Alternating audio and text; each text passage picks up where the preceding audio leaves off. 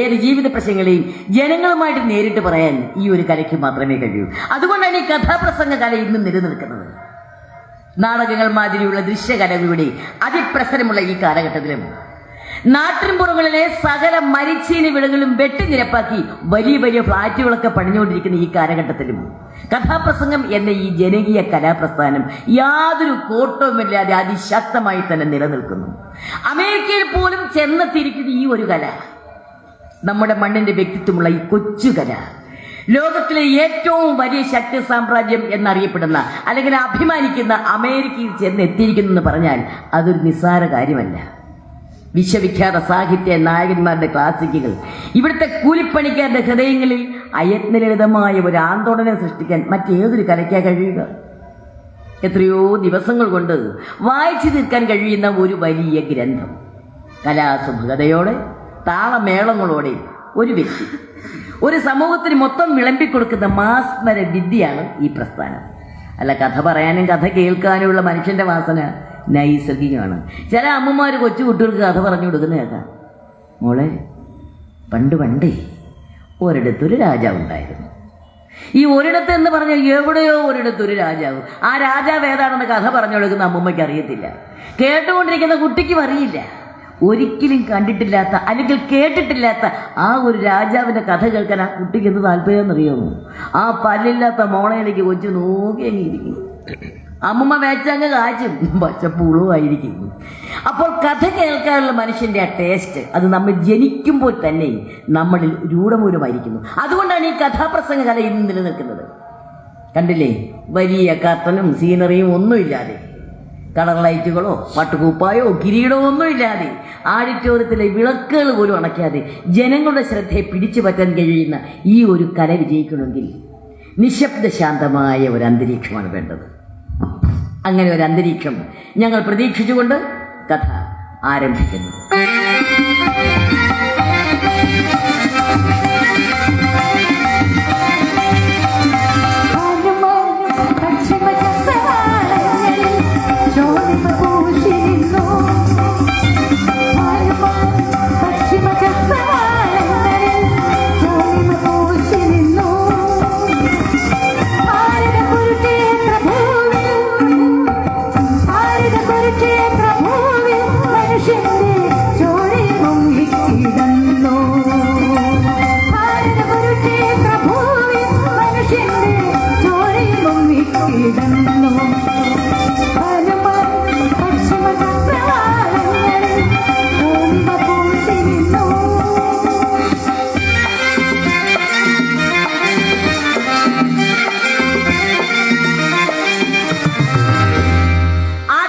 പടിഞ്ഞാറേ തീരങ്ങളിൽ രക്തവർണ്ണം അണിഞ്ഞു കിടക്കുന്നു.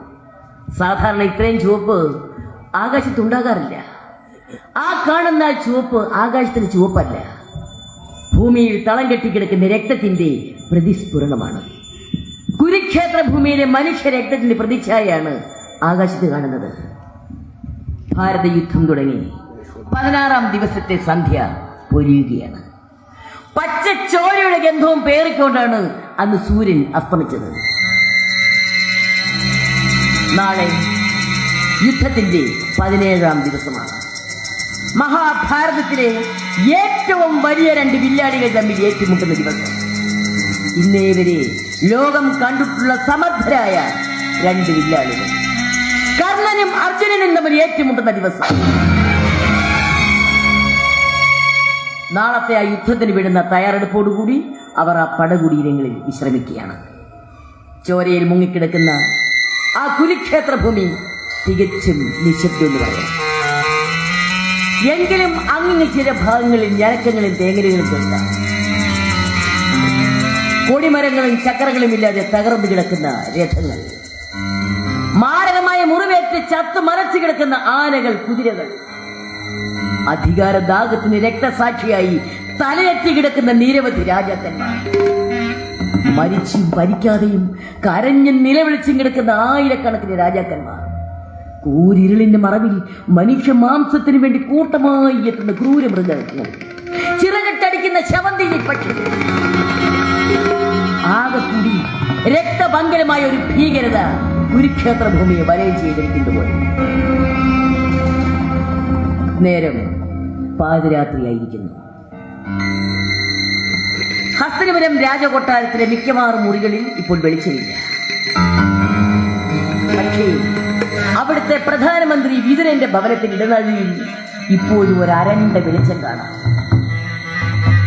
നിദ്രയില്ലാത്ത ഒരമ്മ ഇടയ്ക്കിൽ എഴുന്നേറ്റ് കരയുന്നു. കൂടെ കൂടെ എഴുന്നേറ്റ് ഇടനാഴിയിൽ അങ്ങോട്ടും ഇങ്ങോട്ടും നടക്കുന്നു. വീണ്ടും ആ കിടക്കയിൽ പോയിരുന്ന് കരയുന്നു. കരച്ചിൽ പുറത്ത് കേൾക്കാതിരിക്കാൻ വല്ലപ്പോഴും ചേലത്തുമ്പ് കൊണ്ട് വായിൽ പൊത്തിപ്പിടിക്കും. നാളെ സൂര്യൻ ഉദിക്കുമ്പോൾ വീണ്ടും യുദ്ധം തുടങ്ങും. അർജുനനും കർണനും തമ്മിൽ ഏറ്റുമുട്ടും. ആരെങ്കിലും ഒരാൾ മരിക്കും. പക്ഷേ ആര് മരിച്ചാലും അത് ഈ അമ്മയുടെ മക്കളായിരിക്കും. അവർ അമ്പ് കൊണ്ട് കുത്തി കീറുന്നത് ഈ അമ്മയുടെ നെഞ്ചിനെയായിരിക്കും. ലോകത്ത് ഒരമ്മയ്ക്ക് അത് താങ്ങാൻ കഴിയില്ല. ഇതെല്ലാം കൂടി ചിന്തിച്ചപ്പോൾ ആ അമ്മ പരിസരം മറന്ന് പൊട്ടിക്കരഞ്ഞുപോയി. സുഹൃത്തുക്കളെ, ഈ അമ്മ ഏതെന്നറിയണമല്ലോ. ഈ പാതിരാ വേളയിലും ഏകാന്തമായിരുന്ന് തേങ്ങിക്കരയുന്ന ആ അമ്മയാണ് മഹാഭാരതത്തിലെ വീരമാതാവായ കുന്തി ദേവി.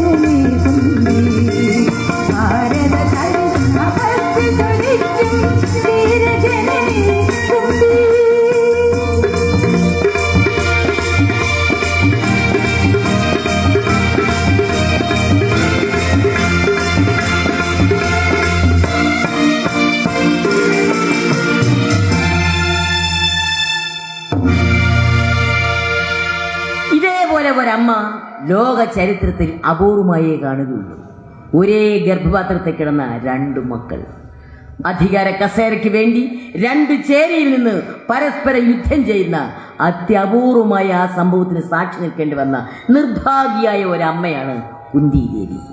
ആ അമ്മയുടെ ജീവിതകഥ തികച്ചും സംഭവബഹുലവും സംഘർഷപൂർണവുമാണ്. മഹാഭാരത കഥയിലെ ആ വീരജനനിയുടെ കഥയാണ് കഥാപ്രസംഗ രൂപത്തിൽ ഞങ്ങൾ ആവിഷ്കരിക്കാൻ ശ്രമിക്കുന്നത്. സത്യത്തിൽ ഈ ശ്രമം ഒരു സാഹസം കൂടിയാണെന്ന് പറയാം. കാരണം മഹാഭാരത കഥ 1, 2 അല്ലെങ്കിൽ 10, 20 ദിനം കൊണ്ട് പോലും പറഞ്ഞു തീർക്കാൻ കഴിയാത്തതാണ്. ലോക സാഹിത്യ കൃതികളിൽ ഇങ്ങനെ ഒരു കൃതി ഇതിനു മുമ്പ് ഉണ്ടായിട്ടില്ല. ഇനിയും ഒട്ട് അങ്ങനെയൊന്നും ഉണ്ടാക്കാനും സാധ്യമല്ല. ഇതിഹാസങ്ങളുടെ ഇതിഹാസം എന്ന പദത്തിന് അർഹമായിട്ടുള്ള അതിബൃഹത്തായ ഒരു കൃതി ലോകത്ത് ഒന്നേ ഉണ്ടായിട്ടുള്ളൂ. അതത്രേ വേദവ്യാസ വിരചിതമായ മഹാഭാരതം.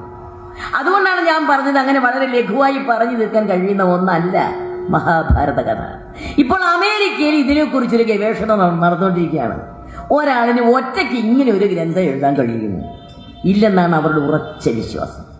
അങ്ങനെ കഥകളും ഉപകഥകളും കൊണ്ട് നിറഞ്ഞു തുളുമ്പി സമ്പുഷ്ടമായി കിടക്കുന്ന മനുഷ്യ ജീവിത കഥാനുഗാഥകൾ കൊണ്ട് കോർത്തിണക്കപ്പെട്ടിരിക്കുന്ന ഇത്രയും ബൃഹത്തായ ഒരു കൃതി എന്തായാലും ഒരാളിന് തനിച്ച് എഴുതാൻ കഴിയില്ല എന്ന് തന്നെയാണ് അവരുടെ ഉറച്ച വിശ്വാസം. അങ്ങനെ കിടന്ന ഗവേഷണം നടത്തുകയാണ് സായിപ്പന്മാർ അമേരിക്ക. അപ്പോൾ നമുക്ക് ഊഹിക്കാമല്ലോ ഈ കൃതിയുടെ ആഴവും പരപ്പും. ഈ മഹാഭാരത കഥയിൽ ശിരസുയർത്തി നിൽക്കുന്ന ദുഃഖപുത്രിയായ ഒരമ്മ. ആ അമ്മയുടെ ജീവിത മതിലുകൾക്ക് ചുറ്റും ഒരു ഓട്ടപ്രദക്ഷിണം നടത്താൻ മാത്രമേ ഞങ്ങൾക്ക് കഴിയൂ. ആ ഓട്ടത്തിനിടയിൽ അവസാനം വരെയും ഞങ്ങളോടൊപ്പം സഹകരിക്കാനും ഞങ്ങളെ ആശീർവദിച്ച് അനുഗ്രഹിക്കാനും അപേക്ഷിച്ചുകൊണ്ട് ഇന്നത്തെ ഈ കഥാപ്രസംഗ പരിപാടി ഞങ്ങൾ സവിനയം സമാരംഭിക്കുന്നു. കഥ രാജമാത കുന്തി.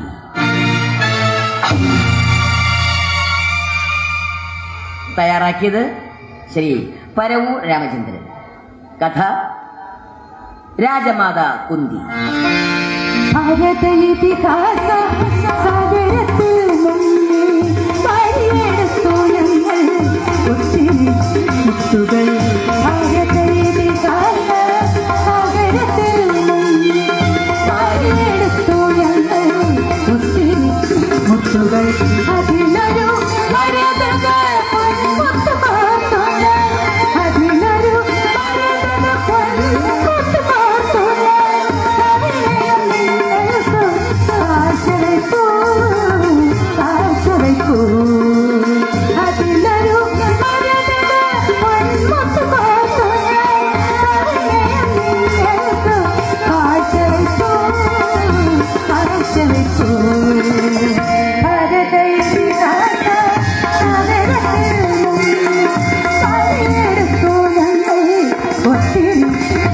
കഥകൾ.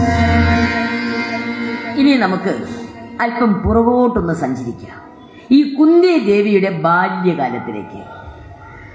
കുന്തിയുടെ പേര് യഥാർത്ഥത്തിൽ കുന്തി എന്നായിരുന്നില്ല, പിന്നെയോ പൃഥ എന്നായിരുന്നു. യാദവ രാജാവായ ശൂരസേനന്റെ മക്കളായിരുന്നു വസുദേവനും പൃഥ്വിയും. വസുദേവൻ എന്ന് പറഞ്ഞാൽ ഭഗവാൻ ശ്രീകൃഷ്ണന്റെ അച്ഛൻ. അപ്പോൾ ശ്രീകൃഷ്ണന്റെ അച്ഛന്റെ പെങ്ങളാണ് പൃഥ. നമ്മുടെ നാടൻ ഭാഷയിൽ പറഞ്ഞാൽ ശ്രീകൃഷ്ണന്റെ അപ്പച്ചി. പിന്നെ ഈ പൃഥ എങ്ങനെ കുന്തിയായി? അതുകൂടെ അറിയണമല്ലോ. അന്ന് കുന്തി ഭോജൻ എന്നൊരു രാജാവ് ഉണ്ടായിരുന്നു. അദ്ദേഹത്തിന് മക്കളില്ലായിരുന്നു. അദ്ദേഹം തന്റെ അമ്മാവന്റെ മകളായ പൃഥ്വിയെ എടുത്തു വളർത്തി, സ്വന്തം മകളെ പോലെ. അങ്ങനെ കുന്തി ഭോജൻ ദത്തെടുത്ത് വളർത്തിയത് കൊണ്ടാണ് പൃഥ്വിക്ക് കുന്തി എന്ന പേരുണ്ടായത്. കുന്തി ഭോജന്റെ കൊട്ടാരത്തിൽ അദ്ദേഹത്തിന്റെ മകളായി കുന്തി വളരുകയാണ്. കുട്ടിക്കാലത്തെ അച്ചടക്കവും സ്വഭാവശുദ്ധിയും ഈശ്വരഭക്തി എല്ലാം കുന്തി തെളിഞ്ഞു കാണാമായിരുന്നു. സാധാരണ ഇന്നത്തെ കാലത്ത് പിള്ളേർക്ക് തീരെ ഇല്ലാത്തൊരു കാര്യമായി ഈശ്വരഭക്തി. അല്ല, അതിന് നമ്മളെ പിള്ളേർ തെറ്റ് പറയണ്ട. പിള്ളേർക്കിപ്പോൾ സന്ധ്യാനാമം ജപിക്കാൻ സമയമില്ല. ആ സമയത്ത് പിള്ളേർക്ക് വേറെ പണിയാണ്. ഈ മുറ്റമൊക്കെ തൂത്ത് വിളക്ക് കൊടുത്ത് നാമം ജപിക്കണം എന്ന സന്ധ്യാസമയത്ത് പിള്ളേർക്ക് വേറെ പണിയാണ്. ഇപ്പോഴത്തെ പിള്ളേരുടെ സന്ധ്യാനാമത്തിന്റെ കാര്യവും ഒന്നും പറയണ്ടല്ലോ. കാരണം നമുക്കറിയാം, ABCD മുതൽ നമ്മൾ പണ്ടൊക്കെ കേട്ടിട്ടുള്ളത് എന്താ, ഡിഗ്രിക്കാണ് നമ്മൾ കൂടുതലും വാക്കുകൾ കേട്ടിട്ടുള്ളത്. എന്താ, നമ്മൾ പ്രീ ഡിഗ്രി കഴിഞ്ഞു, BA, BSc, MA, MEd അങ്ങനെ അങ്ങ് പോവാൻ. ഇപ്പം പിന്നെ അങ്ങനെയൊന്നും അല്ലല്ലോ. നമ്മൾ അറിയാമല്ലോ, മയക്കുമരുന്നിന്റെ പേരുകളൊക്കെ ഇട്ട് ABCD എല്ലാം ചേർത്ത് ഇപ്പൊ MDയും എല്ലാം ഒന്നും പറയണ്ട. നമ്മൾ അതൊന്നും പറഞ്ഞ് അതിലേക്ക് കയറി പോകണ്ട. അപ്പോൾ ഇപ്പോഴത്തെ പിള്ളേർക്ക് തീരെയും സന്ധ്യാനാമം ജപിക്കാൻ സമയമില്ല. പക്ഷെ നമ്മുടെയൊക്കെ കുട്ടിക്കാലത്തെ സന്ധ്യാനാമത്തിന് പ്രാധാന്യം ഉണ്ടായിരുന്നു. കാരണം സന്ധ്യയ്ക്ക് നിലവിളക്ക് കൊളുത്തി വെച്ചാൽ എല്ലാവരും, കൊച്ചു പിള്ളേരായാലും എല്ലാവരും ആ വിളക്കിന് ചുറ്റുണ്ടാവണം.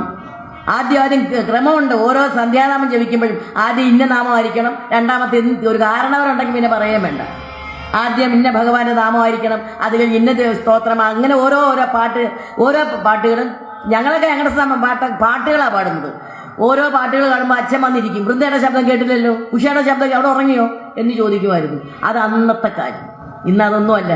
ഇന്ന് സന്ധ്യാനാമം ജപിക്കാൻ പിള്ളേർക്ക് ഒട്ടും സമയമില്ല. കാരണം അതുങ്ങളില്ല, രാവിലെ ട്യൂഷനൊക്കെ അങ്ങ് പോരും. 5:30, 6 മണിയൊക്കെ ആകുമ്പോഴത്തേക്ക് ട്യൂഷന് പോയി കഴിഞ്ഞു കുഞ്ഞുങ്ങൾ. പിന്നെ അത് കഴിഞ്ഞ് വീട്ടിൽ വന്ന് കയറി വൈകുന്നേരം അതേ സമയത്ത് 6 മണിക്കൊക്കെ കയറി വരുന്നത്. കയറി വന്നു കഴിഞ്ഞ് നേരെ മുറിക്കകത്തോട്ട് അങ്ങ് പോവുക, ബാഗും ഒക്കെ എടുത്തുകൊണ്ട്. അതിനകത്ത് രാവിലെ പോയപ്പോൾ ഒരു പലക എടുത്ത് വെച്ചിട്ടുണ്ടായിരുന്നു, അതും കൊണ്ട് ചെന്നങ്ങ് നിരക്കാണ്. അപ്പൊ അവരുടെ സന്ധ്യാനാമം കഴിഞ്ഞു. വേണ്ട, അവരുടെ സന്ധ്യാനാമം കഴിഞ്ഞെങ്കിൽ പോട്ടെ. അത് പറഞ്ഞു കൊടുക്കണം അമ്മമാർക്ക് സമയമുണ്ടോ? അവർക്ക് സമയമില്ല. കാരണം എന്താ, അവരെല്ലാം പാവം പിടിച്ച് തൊഴിലുറപ്പിനൊക്കെ പോയിട്ടൊക്കെ വീട്ടിൽ വന്ന് കയറി കഴിഞ്ഞാൽ കുളിയും ചെവോ എല്ലാം കൂടെ കഴിഞ്ഞിട്ട് നേരെ ചെന്ന് രാവിലെ ഉണ്ടാക്കി വെച്ചിരുന്ന സാധനമൊക്കെ കാണാമെന്ന് ഒക്കെ ഒന്ന് ചൂടാക്കും, അത്രയേ ഉള്ളൂ. പിന്നെ ചെന്നാൽ ഫ്രണ്ടിലെ ഹാളിൽ ഒരു വീഞ്ഞപ്പെട്ടി പോലൊരു സാധനം ഇരിപ്പുണ്ട്. അതിൻ്റെ മുമ്പ് ചെന്നങ്ങ് ഇരിക്കുക. അവിടെ ചെന്നിരുന്നാൽ ഒരു വൈകിട്ട് 4-5 മണിക്ക് ഇരിക്കുന്ന ഇരിപ്പ് ഒരു രാത്രി 11:30 വരെ ഇരിക്കും. കാരണം 12 മണി ഇരിക്കത്തില്ല, കാരണം പിറ്റേ ദിവസം ആയി പോകത്തില്ലേ. 11:30 വരെ ഇരിക്കും. ഇതിനിടയ്ക്ക് പാവം പിടിച്ച ഭർത്താവ് ജോലി കഴിഞ്ഞ് വന്ന് കയറിയാൽ ഇച്ചിരി ആഹാരം വിളമ്പി കൊടുക്കാനോ ഇച്ചിരി വെള്ളം എടുത്ത് കൊടുക്കാനോ അതിനൊന്നും സമയമില്ല. ആ പാവം പിടിച്ച അടുക്കള കയറി എന്തെങ്കിലുമൊക്കെ എടുത്ത് കഴിച്ച് എവിടെങ്കിലും ചടഞ്ഞുകൂടിയും നടക്കും. കാരണം 11 മണി കഴിഞ്ഞാലേ അവർ വരത്തുള്ളൂ. അപ്പോൾ സന്ധ്യാനാമത്തിന്റെ കാലമൊക്കെ കഴിഞ്ഞു. പക്ഷെ ഇവിടെ നമ്മുടെ കുന്തി അങ്ങനെ ആയിരുന്നില്ല. കുട്ടിക്കാലം മുതൽക്ക് വലിയ ഈശ്വരഭക്തിയായിരുന്നു. ബാല്യവും കൗമാരവും കഴിഞ്ഞു യൗവനത്തിലേക്ക് കിടക്കുന്ന കാലഘട്ടത്തിൽ ഒരു ദിവസം കുന്തി ഭോജന്റെ കൊട്ടാരത്തിൽ ദുർവാസാവും മഹർഷി വരികയുണ്ടായി. ഈ ദുർവാസാവിനെ കുറിച്ച് നമുക്ക് നേരത്തെ അറിയാം. പെട്ടെന്ന് കോപം വരികയും പെട്ടെന്ന് സന്തോഷം വരികയും ചെയ്യുന്ന ഒരാള്. നിസാര കാര്യം മതി കോപം വരാൻ.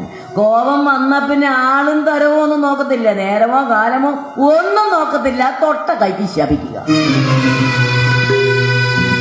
ഇത് അദ്ദേഹത്തിന്റെ ദൗർബല്യമാണ്. ഇത് കുന്തി ഭോജന് നല്ലതുപോലെ അറിയാം. അതുകൊണ്ട് കൊട്ടാരത്തിൽ ചെന്ന ദുർവാസാവിനെ പരിചരിക്കാൻ മഹാരാജാവ് മകളായ കുന്തിയാണ് നിയോഗിച്ചത്. അല്ല, കൊച്ചു പെണ്ണാകുമ്പം പല പോരായ്മയൊക്കെ വന്നാലും ക്ഷമിക്കുമല്ലോ എന്ന് കരുതി. പക്ഷേ കന്യകയായ കുന്തിയുടെ ആചാര ഉപചാരങ്ങളിൽ ദുർവാസാവ് വളരെ സന്തുഷ്ടനായി. അദ്ദേഹം ആ കൊട്ടാരം വിട്ടു പോകുന്നതിന് മുൻപ് കുന്തിക്ക് വരം കൊടുത്ത് അനുഗ്രഹിച്ചു. 5 പുത്രസിദ്ധി മന്ത്രങ്ങൾ ഉപദേശിച്ചു കൊടുത്തു. പിന്നെ കുന്തി, നിന്റെ പരിചരണം എനിക്ക് വളരെ ഇഷ്ടമായി. അതിനാൽ നിനക്ക് ഞാൻ 5 മന്ത്രങ്ങൾ ഉപദേശിച്ചിരുന്നു. നീ ഏത് ദേവനെ മനസ്സിൽ ധ്യാനിച്ചുകൊണ്ട് ഈ മന്ത്രം ജപിക്കുന്നുവോ ആ ദേവൻ നിന്റെ അടുത്തെത്തും. ആ ദേവനിൽ നിന്നും നിനക്ക് പുത്രഭാഗ്യം ഉണ്ടാകും. അല്ല, സാധാരണ സന്യാസിമാർക്ക് സന്തോഷം വന്നാൽ ഇത്തിരി വെള്ളമോ ഇത്തിരി ഭസ്മമോ വല്ല ജപിച്ചു കൊടുക്കായിരിക്കും ചെയ്യുന്നത്. പക്ഷെ ഇവിടെ മറ്റാർക്കും കിട്ടാത്തൊരു വരദാനമാണ് കുന്തിക്ക് കിട്ടിയിരിക്കുന്നത്. സന്താനങ്ങൾ ഉണ്ടാകുന്ന മന്ത്രങ്ങളാണ് സന്യാസി പറഞ്ഞു കൊടുത്തിരിക്കുന്നത്. മാമന് മറിഞ്ഞു കഴിഞ്ഞിട്ടും പെണ്ണിന് ഒരേ ഒരു ചിന്ത തന്നെ, ഈ മന്ത്രം ജപിച്ച എന്തായിരിക്കും സംഭവിക്കുക? ആരെയാ ഞാനൊന്ന് മനസ്സിൽ ധ്യാനിക്കുക? ഒരു പക്ഷേ എന്നെയും പറ്റിക്കാനായിട്ട് മാമന് വെറുതെ വല്ലതും പറയായിരിക്കും. എന്തായാലും ഒന്ന് പരീക്ഷിച്ചു നോക്കാൻ തന്നെ വേണ്ടി തീരുമാനിച്ചു. കൊട്ടാരത്തിനുള്ളിലെ ഒരു മുറിക്കുള്ളിൽ കയറി കുന്തി കഥ കടച്ചു. പക്ഷേ ജനൽ പാളികളിലൂടെ സൂര്യപ്രകാശം അകത്തേക്ക് വന്നുകൊണ്ടിരുന്നു. അങ്ങ് ദൂരെ ആകാശത്ത് സൂര്യൻ ജ്വലിച്ചു നിൽക്കുന്നത് അവൾ ശ്രദ്ധിച്ചു. സകല ചരാചരങ്ങൾക്ക് വെളിച്ചവും ചൈതന്യം കൊടുക്കുന്ന ആ സൂര്യദേവനെ ഒന്ന് പ്രത്യക്ഷപ്പെടുത്തിയാലോ?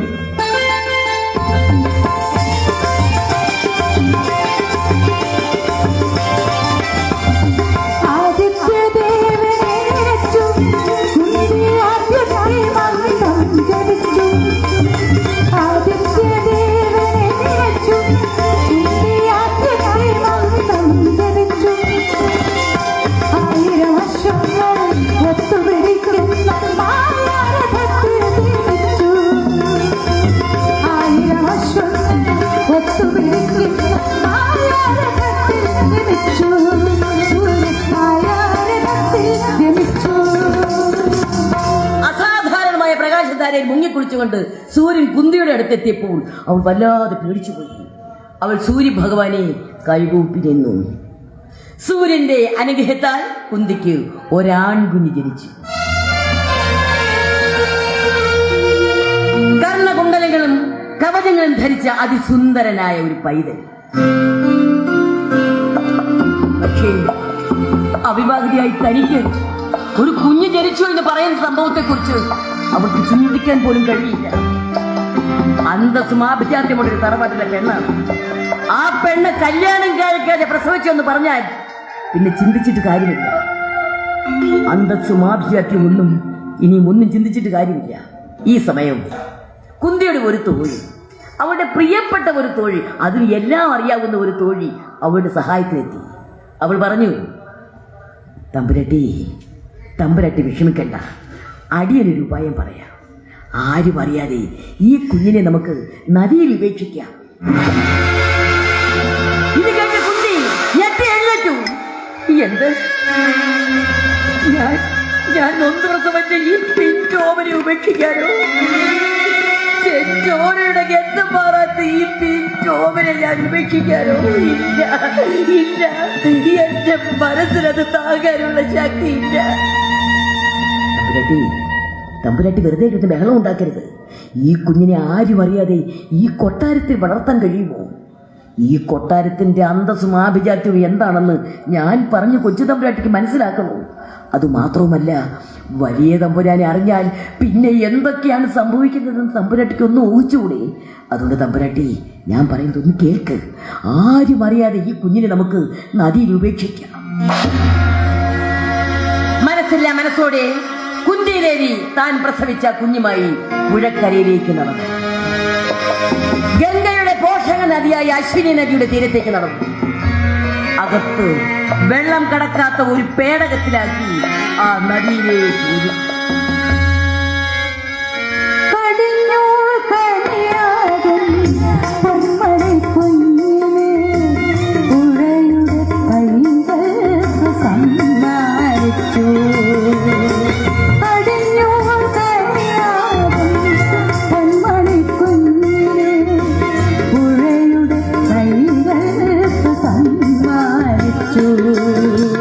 അകലയായത് എന്നും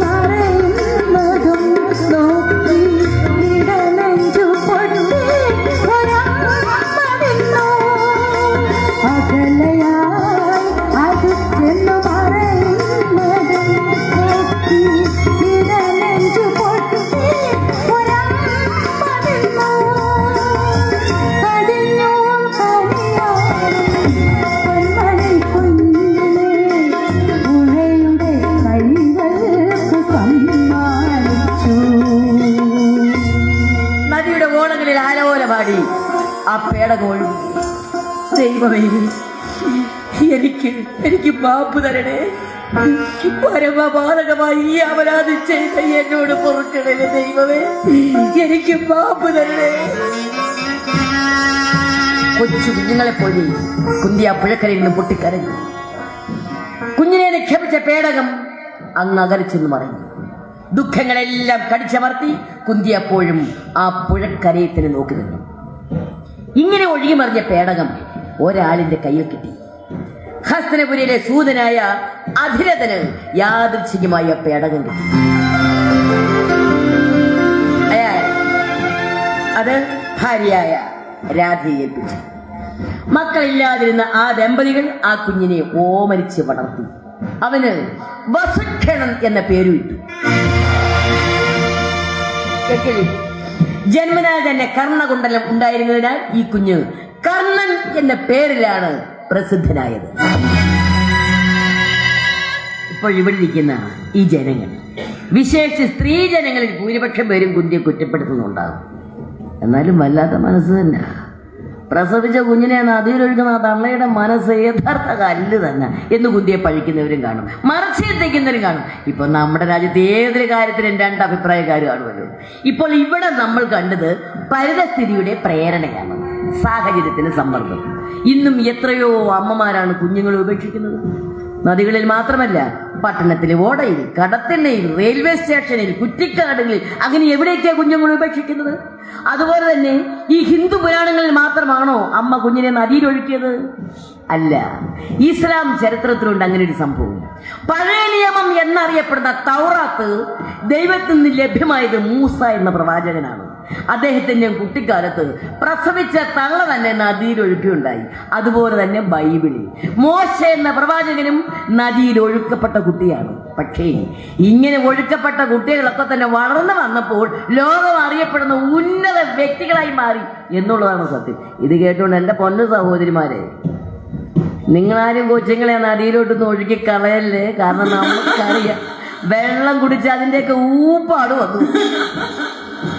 നാളുകൾ അങ്ങനെ കടന്നു പോകുന്നു. നാളുകൾ കടന്നു പോകുന്തോറും കുന്തി കൂടുതൽ കൂടുതൽ സുന്ദരിയായിക്കൊണ്ടേയിരുന്നു. പെണ്ണിനെ കാണുമ്പോഴൊക്കെ വളർത്തച്ഛനായ കുന്തി ഭോജന് പോലും ഒറ്റ ചിന്ത മാത്രമാണ്, പെണ്ണിന്റെ കല്യാണക്കാരി. പെണ്ണിനെ ഒരുത്തന്നെ കൂടെ പറഞ്ഞയക്കണമെന്ന കാലം എത്തിയിരിക്കുന്നു. ഈ കാര്യത്തിൽ കുന്തി ഭോജൻ എന്നല്ല, ഏത് പിതാവായാലും പെൺമക്കൾ പ്രായമായി കഴിഞ്ഞാൽ പിന്നെ ചിന്ത തന്നെ ചിന്ത. കാരണം പിന്നെ അവർക്ക് ഉറക്കം വരത്തില്ല. എന്താ കാര്യം? സ്ത്രീധനം. ഇപ്പോഴൊരു ചെറുപ്പക്കാരനെ ഒരു കടത്തിണ്ണയിൽ കിടന്ന് ഉറങ്ങുവാന്നിരിക്കട്ടെ, നമ്മൾ അങ്ങോട്ട് ചെന്ന് അവനെ ഒന്ന് വിളിച്ചുണർത്തുവാണ്. ഗോപാലോ, ഗോപാല, എടാ നീ ഒന്ന് എഴുന്നേറ്റേടാ. എടാ എന്താടാ ഈ തണുത്ത മട്ടിലൊരു വിളിയകപ്പൊക്കെ? എടാ നീ ഇന്നാളെ എന്നോട് ഒരു പെണ്ണിന്റെ കാര്യം പറഞ്ഞു, ഓർക്കുന്നുണ്ടോ? പറഞ്ഞോ? ആ എടാ, ഇപ്പൊ എന്റെ ഒരു കൂട്ടുകാരന്റെ ഒരു മോളാ, നല്ല സുന്ദരിയായ ഒരു കൊച്ചാ. ആ കൊച്ചിനെ അയക്കണം എന്നൊക്കെ അവർക്ക് ആഗ്രഹമൊക്കെ ഉണ്ട്. എന്നോട് ചോദിച്ചു പയ്യന്മാര് വല്ലതും ഉണ്ടോന്ന്. അപ്പോഴാണ് ഞാൻ നിന്റെ കാര്യം ഓർത്തത്. അപ്പൊ അവരെന്നോട് ഡിമാൻഡുകളൊക്കെ ചോദിച്ചിട്ടുണ്ടല്ലോ, പയ്യന് ഡിമാൻഡ് വല്ലതും ഉണ്ടോ എന്നൊക്കെ ചോദിച്ചു. നല്ല വിദ്യാഭ്യാസമൊക്കെ ഉണ്ട് പെണ്ണിന്, കണ്ടാൽ തിരക്കേടില്ല, നല്ലൊരു കൊച്ച. ഞാൻ കണ്ടിട്ടൊക്കെ ഉണ്ട് പഠിക്കാനും പോകുന്ന സമയത്തൊക്കെ. അപ്പൊ അവര് എന്നോട് ചോദിച്ചിട്ടുണ്ട് ഡിമാൻഡ്, നിന്നെ കൊണ്ടുപോകുന്നതിന് പെട്ട കാര്യങ്ങളൊക്കെ ഒന്ന് പറഞ്ഞ് മനസ്സിലാക്കണമല്ലോ. അപ്പൊ അവര് ചില ചോദിക്കുമ്പോ ഞാൻ എന്തോ പറയണം, ഡിമാൻഡ് എന്തോ പറയണം. ഡിമാൻഡ് അങ്ങനൊന്നും വലിയ ഡിമാൻഡൊന്നും ഇല്ല. എന്നാലും നമുക്ക് ആഗ്രഹം കാണുമല്ലോ. 25 പവൻ. 25 പവൻ, ഒരു 10 ലക്ഷം രൂപ. 10 ലക്ഷം രൂപ. പിന്നെ ഒരു ബെൻസ് കാർ. കേട്ടല്ലോ, 25 പവന് 10 ലക്ഷം രൂപ, ഒരു ബെൻസ് കാർ. വേറെ ഒന്നും പോരാ. അപ്പോഴേ ഇത്രയൊക്കെ ചോദിക്കുമ്പോ അവര് ചോദിക്കും ചെറുക്കന് വിദ്യാഭ്യാസം വല്ലതും ഉണ്ടോന്ന്. അതെന്താ പറയണം? വിദ്യാഭ്യാസം 4ാം ക്ലാസ് ജയിച്ചില്ല. വിദ്യാഭ്യാസം കേട്ടില്ല, 4ാം ക്ലാസ് ജയിച്ചില്ലാന്ന്. ഇത്രയും അവന്റെ വിദ്യാഭ്യാസ യോഗ്യത ഞാൻ അവിടെ അറിയിക്കേണ്ടതാ. കേട്ടല്ലോ. അപ്പൊ ഇതാണ് നമ്മുടെ ഗോപാലകൃഷ്ണന്റെ, അവന്റെ പേരും കണ്ടല്ലോ, ഇതാണ് അവന്റെ വിദ്യാഭ്യാസ യോഗ്യത. അപ്പം അവന് ജോലിയും വേലയും എന്തിന് വെറുതെ കടത്തിണ്ണ കിടന്ന് ഉറങ്ങുക. ഇതാ ഞാൻ അവിടെ ചെന്ന് പറഞ്ഞു കൊടുക്കണ്ടേ. അപ്പൊ ഇതാണ് ഇപ്പൊ നമ്മുടെ രീതികളൊക്കെ, ലോകത്തിന്റെ രീതി ഇതാണ്. പക്ഷെ ഒരു കാര്യം, ഒരു 3-4 പെൺപിള്ളേരൊക്കെ ഉണ്ടെങ്കിൽ ഒരു പിതാവിന്റെ കാര്യം ഒന്ന് ചിന്തിച്ചു നോക്ക്. നമ്മുടെ നാട്ടിൽ പെൺപിള്ളേർ കൂടിപ്പോയാൽ മറ്റൊന്നും ചിന്തിക്കത്തുമില്ല. ഏതെങ്കിലും ഒരു പുരുഷനുമായിട്ട് സ്നേഹിക്കുന്ന ആൾ ഇവിടെ ഇറങ്ങിയങ്ങ് പോവുക. ആ ഒരു ഗതികേടാണ് ഇപ്പോൾ നമ്മുടെ രാജ്യത്ത്. പക്ഷെ ഇവിടെ നമ്മുടെ കുന്തി ഭോജൻ അങ്ങനെ ഒന്നും ചിന്തിക്കട്ടെ. കാരണം അദ്ദേഹം ആരാ? ഒരു രാജാവാണ്. അന്നത്തെ നാട്ടു നടപ്പനുസരിച്ച് രാജാക്കന്മാരുടെ ഇടയിൽ സ്വയംവര സമ്പ്രദായമാണുള്ളത്. എന്ന് വെച്ചാൽ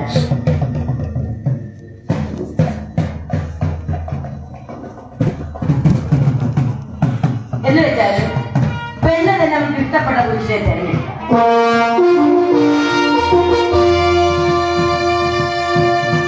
രാജ്യത്തിന്റെ എല്ലാ ഭാഗത്തേക്കും കിടക്കുന്നതായിരിക്കും. രാജാക്കന്മാരെല്ലാം കാലയെ കുത്തി സ്വയംവര മണ്ഡപത്തിൽ നിരന്നിരിക്കും. അതിലേതെങ്കിലും ഒരു കുഞ്ഞിനെ മാലയിട്ട് പെണ്ണിന് ഭർത്താവായി സ്വീകരിക്കാം. അതാണ്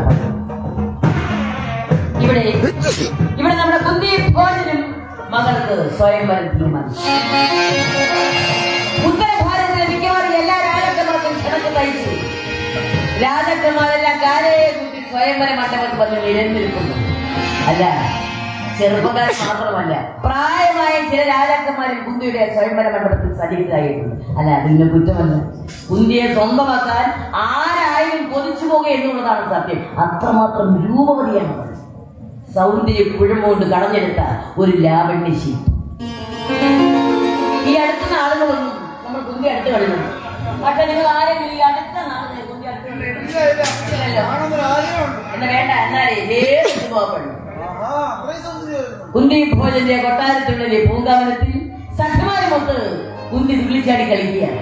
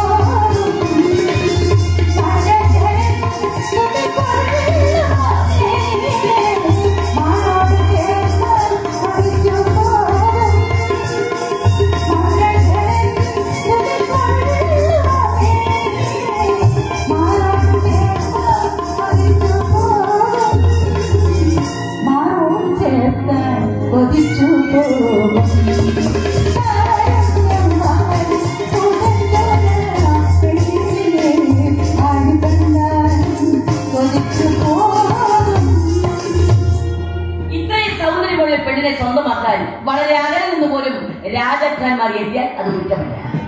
സ്വയംവര ദിവസമെത്തി ഉത്തര ഭാരതത്തിലെ മിക്കവാറും എല്ലാ രാജാക്കന്മാരും കുന്തിയുടെ ആ സ്വയംവര മണ്ഡപത്തിൽ സന്നിഹിതരായിരുന്നു. ആ ഗംഭീര രാജമണ്ഡപത്തിൽ വെച്ച് കുന്തി സുമുഖനായ ഒരു ചെറുപ്പക്കാരന്റെ കഴുത്തിൽ വർണ്ണമാല്യം ചാർത്തി.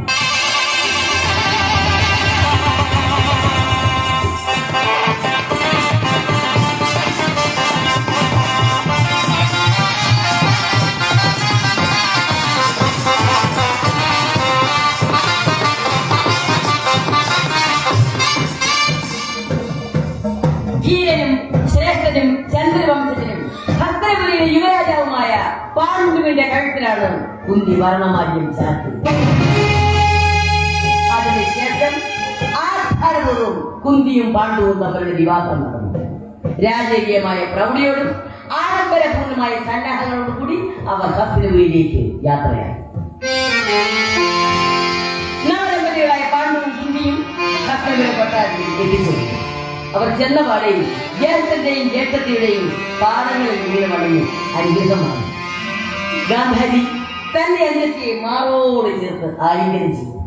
പാണ്ഡു കുന്തിയെ കുട്ടി അന്തപ്പുരത്തേക്ക് പോയി. യുവരാജാവിന്റെ ആദ്യ രാത്രിയാണ്.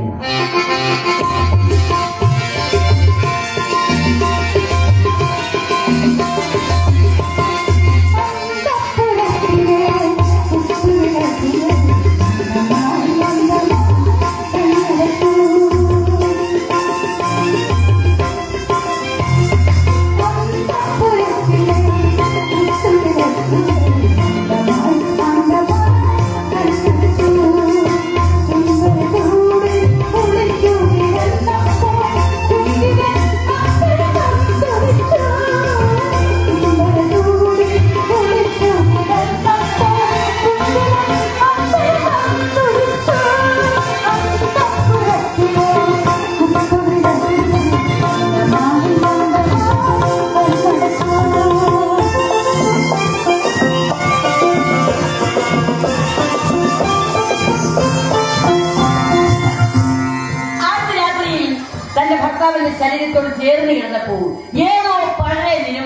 അവളെ വല്ലാതെ ഞെട്ടിച്ചു. ഒരു വല്ലാത്ത കുറ്റബോധം അവളുടെ ഹൃദയത്തിൽ കിടന്ന് ചിതറിട്ടടിച്ചു. അന്ന് രാത്രി അവൾ ഭർത്താവിനോട് ചോദിച്ചു, എന്തിനാ അങ്ങനെ ജ്യേഷ്ഠത്തി അമ്മ തുണി കൊണ്ട് കണ്ണിങ്ങനെ മൂടിക്കെട്ടിയിരിക്കുന്നത്? പാണ്ട് പറഞ്ഞു, ഇന്നേ വരെ ലോകത്ത് മറ്റൊരു സ്ത്രീയും ചെയ്യാത്ത കാര്യമാണ് അവർ ചെയ്തിരിക്കുന്നത്. സ്വന്തം ഭർത്താവ് അന്ധനായതുകൊണ്ട് ജീവിതകാലം അത്രയും താനും അന്ധയായിരിക്കും എന്ന് പ്രതിജ്ഞ എടുത്തുകൊണ്ടാണ് അവർ ആ കണ്ണു മൂടിക്കെട്ടിയിരിക്കുന്നത്. തന്റെ ഭർത്താവിനെ കാണാൻ കഴിയാത്ത യാതൊന്നും തനിക്കും കാണണ്ട എന്നവർ തീരുമാനിച്ചു. ഇന്നത്തെ പെണ്ണുങ്ങൾക്ക് ഇത് വിശ്വസിക്കാൻ ബുദ്ധിമുട്ടുണ്ട്. ഭർത്താവിന് കണ്ണ് കാണാൻ മണിന്ന് കരുതി ഇന്നേതെങ്കിലും പെണ്ണുങ്ങൾ കണ്ണു അല്ല ആരെങ്കിലും കണ്ണു മൂടിക്കെട്ടണ്ട. ഭർത്താവിനെ പ്രാവാതെങ്കിലും ഇരിക്കൂ. ഇന്ന് പിന്നെ നമുക്കറിയാമല്ലോ, ഭാര്യ ഭർത്താവിനെ പ്രാക്കാതെ കണ്ണിന് ഉറക്കം പിടിക്കാൻ കയറി വരും. നാട്ടിൽ കിടക്കുന്നവരെ ഓടയും കോരി കുടിച്ചിട്ട് ഈ പരമകാലം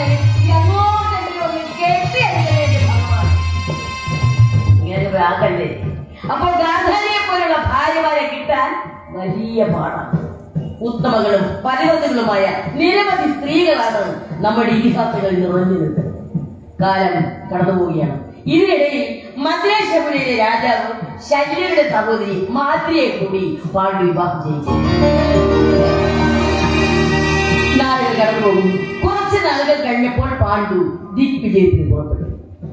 ഉത്തര ഭാരതത്തിലെ ഒട്ടുമിക്ക രാജാക്കന്മാരും പാണ്ഡുവിനോട് തോൽക്കുകയുണ്ടായി.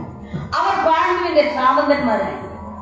താൻ യുദ്ധം ചെയ്ത് നേടിയ ധനമല്ല മറ്റുള്ളവർക്ക് ദാനം ചെയ്തിട്ട് കുന്തിയും മാദ്രിയും ഒത്ത് പാണ്ഡു മഹാരാജാവ് വനാന്തരങ്ങളിലേക്ക് വിശ്രമത്തിൽ.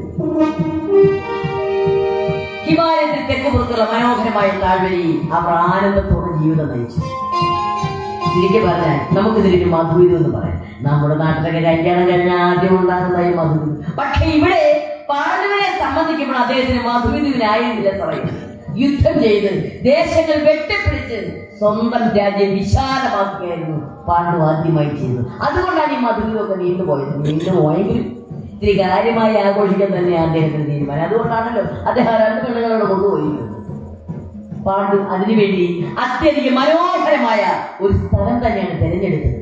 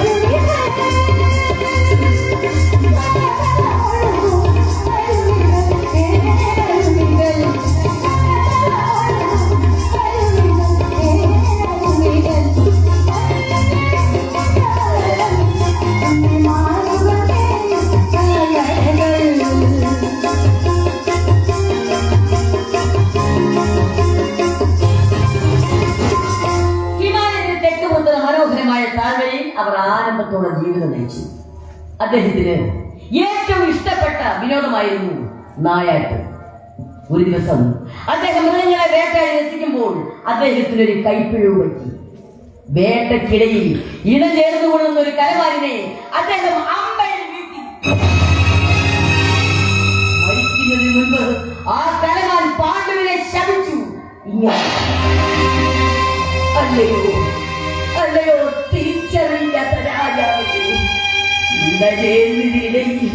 എനിക്കുണ്ടായ ഈ വിധി അമിതമായ ആഗ്രഹത്തോടെ നീ നിന്റെ ഭാര്യയെ തൊടുന്ന നിമിഷം നീ മരിച്ചു വീഴും.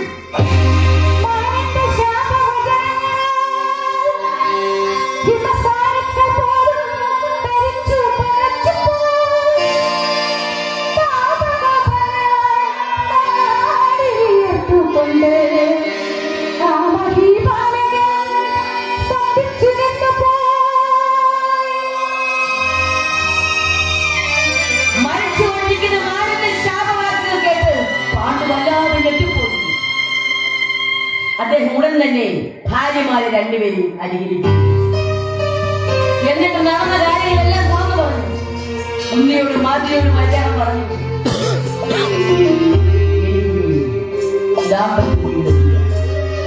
ഞാൻ സന്യാസിയാകാൻ നിങ്ങളെ മറ്റു ബന്ധുക്കളെയില്ല. ഞാൻ നിങ്ങൾ രണ്ടുപേരും ചെറുപ്പമാണ്. നിങ്ങൾ കർത്തവ്യത്തിലേക്ക് മടങ്ങുന്നു. അവിടെ ചെന്ന് എന്റെ അമ്മയെ ശിശുവിനോടും വിധവരോടും കർത്തവ്യയിലെ മറ്റെല്ലാവരോടും ഈ വിവരം പറയും. ഇത് കേട്ട് കുഞ്ഞിയെ മാതിരി പൊട്ടിക്കരഞ്ഞു. അന്ന് ഞങ്ങളെ ഉപേക്ഷിക്കാൻ ആ നിമിഷം ഈ ജീവിതം ഞങ്ങൾ വെടിയുന്നതായി. സന്യാസവിധി അനുസരിച്ച് ഞങ്ങൾക്ക് അങ്ങയോടൊപ്പം ജീവിക്കാൻ പറ്റും. ഇനി ഒരു ലൗകിക ജീവിതം ഞങ്ങൾക്ക് ആവശ്യമില്ല. അങ്ങനെയെങ്കിൽ നമുക്ക് ഒരുമിച്ച് ബാലപ്രസ്ഥ ജീവിതം നയിക്കാം. ഉടൻ തന്നെ പാണ്ഡു മഹാരാജാവ് തന്റെയും ഭാര്യമാരുടെയും വിലപിടിപ്പുള്ള ആഭരണങ്ങളും വസ്ത്രങ്ങളും എല്ലാം ബ്രാഹ്മണർക്ക് ദാനം ചെയ്തു. എന്നിട്ട് കുന്നിയും മാതിരിയുമൊത്ത് വനാന്തരങ്ങളിലേക്ക് യാത്ര ചെയ്തു. എല്ലാ ആഡംബരങ്ങളും ഉപേക്ഷിച്ച് പാണ്ഡു ഭക്തന്മാരുമൊത്ത് ഘോരമായ വനാന്തരങ്ങളിലേക്ക് യാത്ര ചെയ്തു. ഈ സമയം ഹസ്തനപുരം കൊട്ടാരത്തിൽ എന്ത് നടക്കും നമുക്ക് നോക്കാം. ഒരു ദിവസം വേദവ്യാസ മഹർഷി വിശന്നും വലഞ്ഞു കൊട്ടാരത്തിൽ നടന്നു. ഗാന്ധാരി അദ്ദേഹത്തെ വേണ്ട വിധത്തിൽ സൽക്കരിച്ചു. സന്തുഷ്ടനായ വ്യാസൻ ഗാന്ധാരിക്ക് ഒരു വരം കൊടുത്തു. ധൃതരാഷ്ട്രയെ പോലെ ശക്തന്മാരായ 100 പുത്രന്മാർ നിനക്കുണ്ടാകും. പണ്ടൊരിക്കൽ ഈ പരമേശ്വരന് ഗാന്ധാരിക്ക് ഇങ്ങനെ ഒരു വരം കൊടുത്തു. ഇവിടെ ഗാന്ധാരിക്ക് 101 പുത്രന്മാരും പാണ്ഡു ദമ്പതികൾക്ക് 5 പുത്രന്മാരും ജനിച്ചെന്ന് പറഞ്ഞാൽ അതിന് പിന്നിലൊരു കഥയുണ്ട്. ഈ പാണ്ഡുവിന് സന്താനങ്ങൾ ഉണ്ടാകാൻ സാധ്യത കുറവാണ്. കാരണം ഒരു മാനിന്റെ ശാപം. അദ്ദേഹത്തിന് ഭാര്യമാരെ പ്രാപിച്ചൂടാ. അപ്പൊ പിന്നെ കുട്ടികൾ ഉണ്ടാകാനും സാധ്യതയില്ലല്ലോ. ഒരു ദിവസം പാണ്ഡു കുന്തിയെ വിളിച്ച് പറഞ്ഞു, ദേവി, നമ്മുടെ വംശം നശിക്കാതിരിക്കണമെങ്കിൽ ഞാൻ പറയുന്നത് പോലെ പ്രവർത്തിക്കും. ബ്രഹ്മജ്ഞാനം നേടിയ യോഗ്യനായി ഒരാളിൽ നിന്നും ദേവി ഗർഭത്തിലേക്ക്. ഇത് കേട്ട് കുന്തി പൊട്ടിക്കരഞ്ഞു. അവൻ എന്തായി പറഞ്ഞത്? ഞാൻ അങ്ങയുടെ ധർമ്മഭക്തിയാണ്. അങ്ങനെന്താണ് എനിക്ക് പുത്രഭാഗ്യമുണ്ടായത്? ധർമ്മശാസ്ത്രങ്ങളിൽ അവർക്ക് അറിവുണ്ടായിരുന്ന പാണ്ഡു പറഞ്ഞു, പുരാതന കാലത്ത് സ്ത്രീകൾ അവർക്ക് ഇഷ്ടംപോലെ ജീവിച്ചു. അന്നത് മോശമായിട്ടായിരിക്കും അന്വേഷിക്കുക. പിന്നീട് ഉദ്ധാരണ മഹർഷിയുടെ പുത്രനായ ശ്വേതകേതുവാണ് സ്ത്രീകൾക്ക് ഇന്നത്തെ നിയന്ത്രണം ഏർപ്പെടുത്തിയത്. ദേവിക്ക് എന്റെ പൂർവ്വകഥ അന്വേഷിച്ചു. വേദവ്യാസ മഹർഷി നിന്നാണ് ഞാൻ ഉദ്ദേശിച്ചത്. അങ്ങനെയാണ് ഇനി കുരുവംശം നിലനിൽക്കുന്നത്. അതുകൊണ്ട് ദേവി ഞാൻ പറയുന്ന പോലെ പ്രവർത്തിക്കുന്നത്. അത് യാതൊരു നിയമവിരുദ്ധവുമില്ല. പാണ്ഡു ഇത്രയും പറഞ്ഞപ്പോൾ കുന്തിക്ക് പഴയ ഒരു കാര്യം ഓർമ്മ വന്നു. ചെറുപ്പകാലത്ത് ദുർവാസാവ് മഹർഷി തനിക്ക് ഉപദേശിച്ച മന്ത്രത്തെ കുറിച്ച് കുന്തി പാണ്ഡുവിനോട് പറഞ്ഞു. പക്ഷേ അവിടെയും ഒരു കാര്യം കുന്തി മറച്ചു വെച്ചു. കല്യാണത്തിന് മുൻപ് താനൊന്ന് പ്രസവിച്ചതാണെന്നുള്ള സത്യം കുന്തി മറച്ചു വെച്ചു. അല്ല, സാധാരണ പെണ്ണുങ്ങളുടെ മനസ്സിൽ രഹസ്യങ്ങളൊന്നും ഇരിക്കില്ലെന്ന് പറയുന്നത്. പക്ഷെ അതൊന്നും ശരിയല്ല. എല്ലാ രഹസ്യങ്ങളും അവർ സൂക്ഷിക്കും. വിശേഷിച്ചും അവർക്കുള്ള കുഴപ്പമുള്ള രഹസ്യം നിങ്ങൾ അടിച്ചു തോന്നാൻ പുറത്ത് പറയുന്നില്ല. കാരണം ഈ പഠിച്ച കള്ളികളല്ലേ കിട്ടുന്നത്. അതുപോലെ ഏത് രാജകുമാരി ആയിരുന്നാലും നമ്മുടെ കുന്തിയും ഒരു പെണ്ണിനാണ്. പക്ഷെ ഇതിനെ നമുക്ക് കുന്തിയെ കുറ്റപ്പെടുത്താൻ കഴിയില്ല. അവരൊക്കെ ചിരിക്കും. പക്ഷേ ഇതിന് നമുക്ക് ഈ കുന്തിയെ കുറ്റപ്പെടുത്താൻ കഴിയില്ല. കാരണം കല്യാണത്തിന് മുൻപ് താനൊന്ന് പ്രസവിച്ചതാണെന്ന് ഏതെങ്കിലും പെണ്ണുങ്ങൾക്ക് ഭർത്താവിനോട് പറയാൻ കഴിയും. ലോകത്ത് ഏതെങ്കിലും പെണ്ണുങ്ങൾ പറയും. അഥവാ പറഞ്ഞാൽ ഇവരും അറിയുന്നതല്ല. ഭർത്താവ് പറഞ്ഞ പരം അടങ്ങിയിരിക്കുന്നു. പ്രസവിച്ച കാര്യം പറയുന്നത്. കല്യാണത്തിന് മുമ്പേ ഏതെങ്കിലും ഒരു ചെറുപ്പക്കാരന് എഴുത്ത് കൊടുക്കുമെന്ന് പറയാൻ പറ്റും. അപ്പോഴേ ഇതൊന്നും വാർത്തില്ല. ഉടനെ ബന്ധുവെന്ന് പറയും. പിന്നെ അനിനാശമായി കുടുംബ കലഹമായി എന്ന് വേണ്ട പിന്നെ വരെ ദുരിതം. ഇവിടെ നമ്മുടെ കുന്തിയും മാരകമായ രഹസ്യം ഭർത്താവിൽ നിന്നും മറച്ചു വെച്ചു. അവൾ പറഞ്ഞു, മന്ത്രശക്തിയാൽ ഏത് ദേവനെ വേണമെങ്കിൽ എനിക്ക് പ്രത്യക്ഷപ്പെടുത്തേണ്ടി വരും. പറയൂ, ഞാൻ ഏത് ദേവനെ ക്ഷണിക്കുന്നു? പാട്ട് പറഞ്ഞു, നീതിയുടെയും ധർമ്മത്തിന്റെയും പ്രതീകമായ യമധർമ്മനെ വിളിക്കും. തന്റെ കർത്തവ്യത്തിൽ നിന്നും അണുവിട മാറാത്ത ആളാണല്ലോ യമധർമ്മൻ. അങ്ങനെ യമധർമ്മനിൽ നിന്നും കുന്തിക്ക് ഉത്കൃഷ്ണനായ ഒരു പുത്രൻ ജനിച്ചു. അപ്പോൾ ആകാശത്ത് നിന്നും അശരീരി പാണ്ഡുവിന്റെ ഈ ആദ്യപുത്രൻ യുധിഷ്ഠിരൻ എന്നറിയപ്പെടുന്നു. അടങ്കരമായ ധർമ്മനിഷ്ഠ കൊണ്ട് ഇവൻ 3 ലോകങ്ങളിലെയും കീർത്തിമാനാകും. പിന്നീട് വായു ഭഗവാനിൽ നിന്നും കുന്തിക്ക് ഒരു പുത്രൻ ജനിച്ചു, ഭീമൻ. മൂന്നാമതായി ദേവേന്ദ്രനിൽ നിന്നും കുന്തിക്ക് ലഭിച്ച മകനാണ് അർജുനൻ. അർജുനൻ ജനിച്ചപ്പോൾ ആകാശത്തു നിന്നും ഭൂമിയിൽ നിന്നും മുഴങ്ങിക്കേട്ട അശരീരി വാക്കുകൾ കുന്തി വളരെ വ്യക്തമായി കേൾക്കുന്നു. ഇവന്റെ കീർത്തി ലോകമെങ്ങും പരക്കും. ഇവന്റെ ശക്തിയാൽ ഒരിക്കൽ കാണുന്ന വനം കത്തിയെരിയും. പരമശിവനിൽ നിന്നും ഇവൻ പാശുപതാസ്ത്രം നേടും. ദേവന്മാരുടെ ശത്രുവായ നിവാദ കവചരെ ഇവൻ നശിപ്പിക്കും. സമസ്ത ദിവ്യാസ്ത്രങ്ങൾ സമ്പാദിച്ചു ഇവൻ കുരുവംശത്തിന്റെ യശസ് വീണ്ടെടുക്കും. ഈ അശരീരിക്ക് പുറമെ ആകാശമെന്നും ദേവഗണങ്ങൾ നിറഞ്ഞു. അവർ പുണ്യപുത്രന്റെ പേര് പുഷ്പമാക്കി. ഈ സന്തോഷകരമായ അവസ്ഥയിലും അതീവ ഖിന്നയായ ഒരു സ്ത്രീ അവിടെ ഇരിപ്പുണ്ടായിരുന്നു, മാറ്റി. കുന്തി അമ്മയായപ്പോൾ മാതിരിക്കത് സഹിച്ചില്ല. അവൾ പറഞ്ഞു, കുന്തിയോട് മാത്രം പ്രത്യേക ഒരു താല്പര്യം കാണിക്കുന്നു. ഞാൻ ഇളയവളായതുകൊണ്ടല്ലേ എന്നെ വിട്ടുതീർത്തു. മന്ത്രശക്തിയാൽ കുന്തി എന്നെ ഒന്ന് സഹായിച്ചാൽ അതിൻ്റെ ഗുണം അങ്ങയ്ക്കില്ലേ? പക്ഷെ ഞാനായിട്ട് എന്ന് കുന്തിയോട് അപേക്ഷിക്കില്ല. എൻ്റെ വാക്ക് ന്യായമാണെന്ന് അങ്ങയ്ക്ക് തോന്നുന്നെങ്കിൽ അങ്ങ് അവരോട് പറയണം. പാണ്ഡു കുന്തിയെ വിളിച്ച് പറഞ്ഞു, കുന്തി, മാദ്രിയും എൻ്റെ പത്നിയല്ലേ, അവരെ കൂടി അമ്മയാകാൻ നീ അനുഗ്രഹിക്കും. നിനക്കറിയാവുന്ന മന്ത്രം അവൾ കൂടി പറഞ്ഞു കൊടുക്കും. കുന്തി മറുത്തൊന്നും പറഞ്ഞില്ല. പുത്രഭാഗ്യത്തിലുള്ള മന്ത്രം കുന്തി മാദ്രിക്ക് ഉപദേശിച്ചു. പക്ഷേ മാദ്രി കിട്ടിയ സന്ദർഭം ശരിക്കും മുതലെടുത്ത് എന്ന് വേണം പറയാൻ. അവൾ ഒറ്റ മന്ത്രം കൊണ്ട് 2 കുട്ടികളെ നേരിക്കളഞ്ഞു. ദേവവൈദ്യന്മാരായ അശ്വിനി ദേവകളെ മാദ്രി മന്ത്രം കൊണ്ട് ആവാഹിച്ചു. അവൾ ഇരട്ട കുട്ടികളെ പ്രസവിച്ചു, നകുലനും സഹദേവനും. പാണ്ഡുവിന്റെ 5 മക്കൾക്കും ശതശൃംഗത്തിലെ മഹർഷിമാർ ജാതകർമ്മങ്ങൾ തയ്യാറായി. അവർക്ക് പേരിട്ടത് അവർ തന്നെ: യുധിഷ്ഠിരൻ, ഭീമൻ, അർജുനൻ, നകുലൻ, സഹദേവൻ എന്നിങ്ങനെയുള്ള പേര്. ഇതേ സമയം ഹസ്തപുരം കൊട്ടാരത്തിൽ ഗാന്ധാരിക്ക് 101 പുത്രന്മാരും ജനിച്ചു കഴിഞ്ഞിരുന്നു. ജനിച്ചെന്ന് പറഞ്ഞാൽ അതിന് പിന്നിൽ കഥയുണ്ട്. ഈ ഗാന്ധാരി ഗർഭിണിയായെങ്കിലും യഥാസമയമൊന്നും പ്രസവം നടന്നില്ല. അല്ല, സാധാരണ 10 മാസം എന്നാണല്ലോ വൈപ്പ്. അല്ല, 10 മാസത്തിന് മുമ്പും ചില കേസുകളിലൊക്കെ നമ്മുടെ നാട്ടിൽ നടക്കാറുണ്ട്. പക്ഷേ ഇവിടെ ഗാന്ധാരി 2 വർഷം ആ ഗർഭവും വീർന്നു. ഇതിനിടയിൽ വനത്തിൽ കഴിഞ്ഞ കുന്തിക്ക് ഒരാൺകുഞ്ഞ് ജനിച്ച കാര്യം ഗാന്ധാരി അറിയുകയും ചെയ്തു. അതുകൊണ്ട് വേഗം പ്രസവിക്കാനായി ഗാന്ധാരി സ്വന്തം വയറ്റിൽ ജീവനില്ലാത്ത ഒരു മാംസപിണ്ഡമാണ് ഗാന്ധാരി പ്രസവിച്ചത്. ആ മാംസപിണ്ഡത്തെ പുറത്തേക്കറിയാൻ ഭാവിച്ച ഗാന്ധാരിയുടെ മുൻപിൽ വ്യാസൻ പ്രത്യക്ഷപ്പെട്ടു.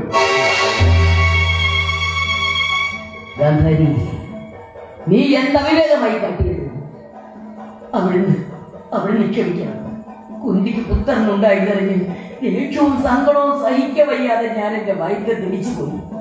മഹർഷി 100 പുത്രന്മാരുടെ അമ്മയാകുമെന്നാണ് അങ്ങ് എന്നെ അനുഗ്രഹിച്ചത്. പക്ഷേ എനിക്ക് കിട്ടിയതോ ഈ ഒരു മാംസമിട്ട പാത്രം. വ്യാസൻ പറഞ്ഞു, ഗാന്ധാരി, എന്റെ വാക്കിൽ ഒരിക്കലും പാടില്ല. വ്യാസൻ ഒരു രഹസ്യമുറിയിൽ 100 നെയ്ക്കുടങ്ങൾ തയ്യാറാക്കിപ്പിച്ചു. മാംസങ്ങളെ 100ആയി ഭാഗിച്ച് ആ കുടങ്ങളിലാക്കി. അവസാനം ഒരു ചെറിയ കഷ്ണം ബാക്കി വന്നു. അപ്പോൾ ഗാന്ധാരി പറഞ്ഞു, മഹർഷേ, ഈ 100 പുത്രന്മാരുടെ ഇളയവളായി ഒരു പെണ്ണിനെ കൂടി കിട്ടിയിരുന്നെങ്കിൽ ഞാൻ ഭാഗ്യവതിയാണ്. വ്യാസൻ ഒരു കുടം കൂടി വലിച്ചു. എന്നിട്ട് അവസാനത്തെ ആ കഷ്ണം അതിൽ നിൽക്കുന്നു. എന്നിട്ട് പറഞ്ഞു, ഗാന്ധാരി, നിന്റെ ആഗ്രഹം പോലെ ഇത് ഒരു പുത്രിയായി. ഇത്രയും പറഞ്ഞിട്ട് വ്യാസൻ തപസ്സിലായി ഹിമാലയത്തിൽ. യഥാസമയം തന്നെ ഒരു നെയ്കുളത്തിൽ നിന്നും കഴുതെ പോലെ കരഞ്ഞുകൊണ്ട് ആദ്യത്തെ പുത്രൻ പിറന്നു, ദുര്യോധനൻ.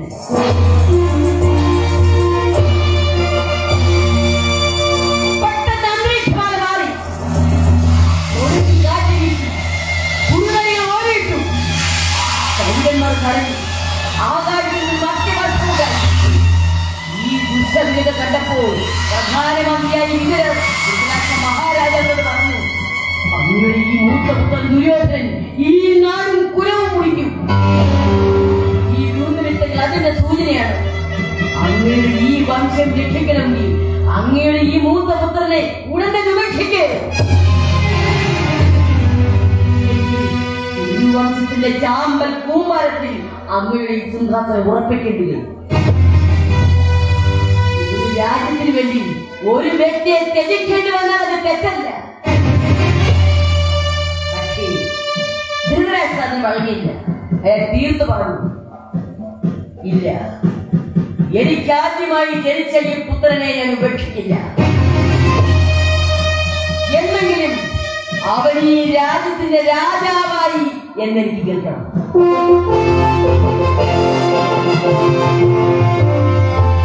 പിന്നെ ആരും എതിർത്തൊന്നും പറഞ്ഞില്ല. ഹസ്തനപുരിയിൽ 101 കുട്ടികൾ വളരുകയാണ്.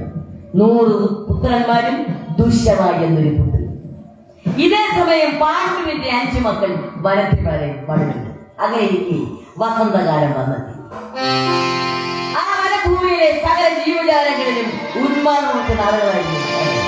ഒരു ദിവസം കുഞ്ഞു കുട്ടികളെയും കളിപ്പിച്ചുകൊണ്ട് ആശ്രമം മുറ്റത്ത് നിൽക്കുകയാണ്. ആശ്രമത്തിലെ കുറച്ചകലെ ഒരു പുളിരങ്ങിക്കരയിൽ മാറ്റി നിൽക്കുന്നു. വനാന്തരത്തിലെ കാട്ടുചെടികളെല്ലാം പൂത്തുവരുന്നു. പാണ്ഡു ആ ചെടികൾക്കിടയിലൂടെ നോക്കുമ്പോൾ സുന്ദരിയായ മാതിരി നിന്ന് കുളിക്കുന്നതാണ് കണ്ടത്. മാതകം തുടിക്കുന്ന മാതിരിയുടെ ഭൂമിയിൽ പാണ്ഡു അത്യാർത്തിയോട് നോക്കി. അവൾ കുളിച്ചു കയറി.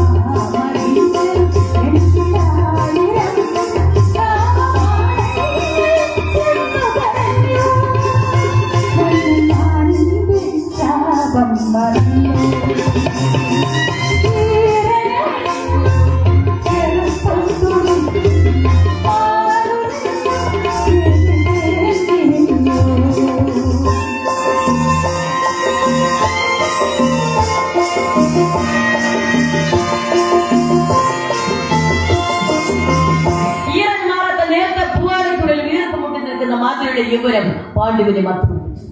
മഹാരാജാവ് എല്ലാം മറന്ന് അവിടെ തന്നെ നോക്കി നിൽക്കുകയാണ്. പരിസരം മറന്നു നിൽക്കുന്ന പാണ്ഡു സുന്ദരിയായ മാതിരിയുടെ കൈകളിൽ കടന്നു നിൽച്ചു. അവൾ പെട്ടെന്ന് കുതിര മാറി. അവൻ എന്തായി കാണിക്കുന്നത്? മാരിന്റെ ശാപത്തെ കുറിച്ച് അങ്ങ് മറന്നുപോയോ? പക്ഷേ പാണ്ഡുവാരുടെ ശാപത്തെ കുറിച്ച് ഓർക്കുന്ന നിലയിലായിരുന്നില്ല. അണപൊട്ടി ഒഴുകുന്ന വികാരങ്ങൾക്ക് അടിമയായിരുന്നു അദ്ദേഹം. സുന്ദരിയായി മാതിരിയുടെ അഭവമായ ശരീര സൗന്ദര്യത്തിൽ ആകർഷകമായിരുന്നു അദ്ദേഹം. അതുകൊണ്ട് മറ്റൊന്നിനെ കുറിച്ച് ചിന്തിക്കാൻ പാണ്ഡുവിന് കഴിയുമായിരുന്നില്ല. അദ്ദേഹം വീണ്ടും മാതിരിയോട് അപേക്ഷിച്ചു.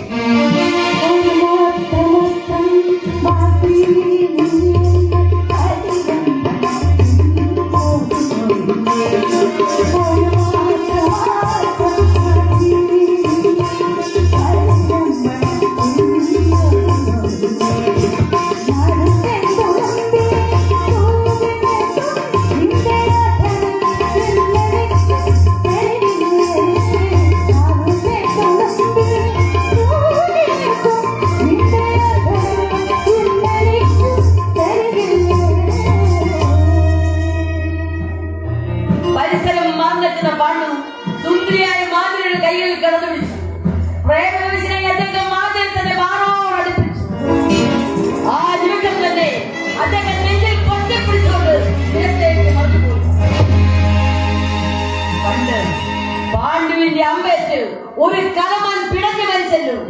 ആ മാനിന്റെ ശാപം അക്ഷരം പ്രതി അതായിട്ട് സംഭവിക്കുന്നു. അന്ന് ആ കലമാൻ പിടഞ്ഞതുപോലെ പാണ്ഡവും മാതിരിയുടെ മടിയിൽ കിടന്ന് പിടഞ്ഞു മരിച്ചു.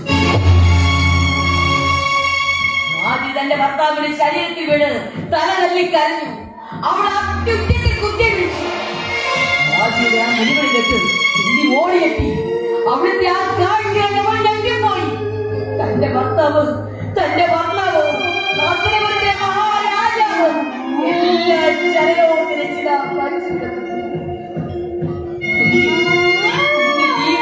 കണ്ണുകളോടെ മാതിരി മാതിരി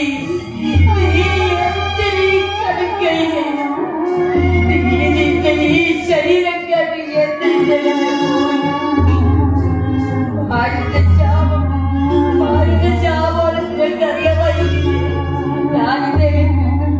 എത്രമാത്രം ശ്രദ്ധിച്ചാണ് ജീവിക്കുന്നത്.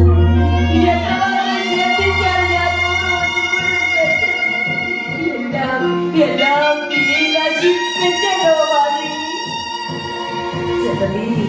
എന്നെ തെറ്റി പറയട്ടെ, ഞാൻ നിരപരാധിയാണ്.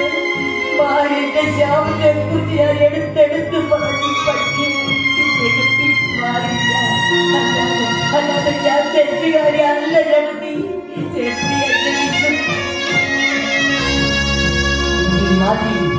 പരസ്പരം കെട്ടിപ്പിടിച്ച് പൊട്ടിച്ചടക്കി ഈ 5 മക്കളെ കൊണ്ട് നമ്മൾ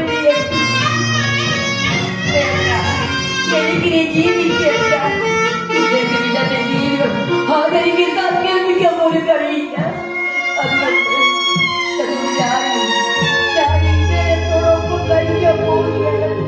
പെട്ടെന്ന് മാറ്റി പറഞ്ഞു, പാടില്ല ചേട്ടത്തി, പാടില്ല. ഇദ്ദേഹത്തിന്റെ മരണത്തിന് കാരണം ഞാനാണ്. അതുകൊണ്ട് ഞാനാണ് ഇദ്ദേഹത്തിന് ചിതയിച്ചാണ് അനുവദിക്കണം. മാത്രവുമല്ല, ഞാനാണ് ജീവിച്ചിരിക്കുന്നതെങ്കിൽ നമ്മുടെ ഈ 5 മക്കളെയും ഒന്നുപോലെ സ്നേഹിച്ച് വളർത്താൻ എനിക്ക് കഴിയുന്നത്. എന്റെ മക്കളെ ചേച്ചിയുടെ മക്കളായി തന്നെ കണക്കാക്കി വളർത്തുകയെന്ന് ഒടുവിൽ മാതിരിയുടെ വാശി തന്നെ നടന്നു. പാണ്ഡുവിന്റെ ചിരയിൽ ചാടി സുന്ദരിയായ മാതിരിയും ആത്മഹൂതി ചെയ്തു. കുന്തിയും മക്കളും തനിച്ചായി. ആ ആശ്രമമുറ്റത്ത് കെട്ടടങ്ങിയ ചിരക്കരിയിൽ 5 മക്കളെയും കെട്ടിപ്പിടിച്ച് പൊട്ടിക്കരയുന്നു കുന്തി. ഇനിയും എന്ത് ചെയ്യണമെന്നോ എങ്ങോട്ട് പോകണമെന്നോ ലക്ഷ്യമില്ലാതെ ഹസ്തിനപുരിയിലെ മഹാറാണി ആശ്രയാർത്ഥികളെ പോലെ ഇരുന്ന് കരയുന്നു.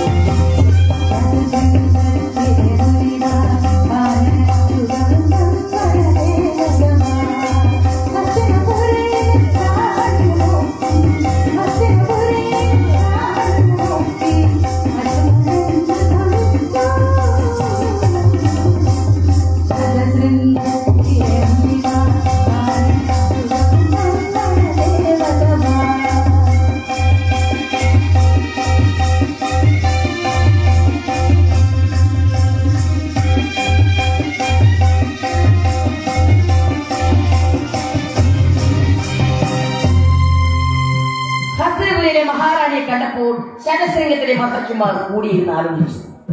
പാണ്ഡു മഹാരാജാവ് തന്റെ അവസാനത്തെ നാളുകൾ കഴിച്ചുകൂട്ടിയത് ഈ വനത്തിൽ നമ്മോടൊപ്പമായിരുന്നു. അതുകൊണ്ട് അദ്ദേഹത്തിന്റെ ഭാര്യയും മക്കളെയും എത്രയും പെട്ടെന്ന് നമുക്ക് കൊട്ടാരത്തിൽ എല്ലാ സത്യവും അറിയാവുന്ന മഹർഷിമാർ കുന്തിയെയും മക്കളെയും കൊട്ടാരത്തിൽ പാണ്ഡുവിന്റെയും മാതിരിയുടെയും ചിതാഭസ്മവും അവർ കരുതിയിരുന്നു.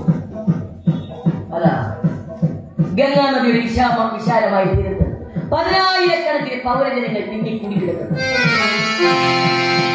തങ്ങളുടെ കണ്ണുരുണ്ടിയായ പാണ്ഡു മഹാരാജാവിന്റെ ചിതാഭസ്മം നദിയിലൊഴുകുന്നത് കാണാൻ വേണ്ടി കൂടിയിരിക്കുന്നു.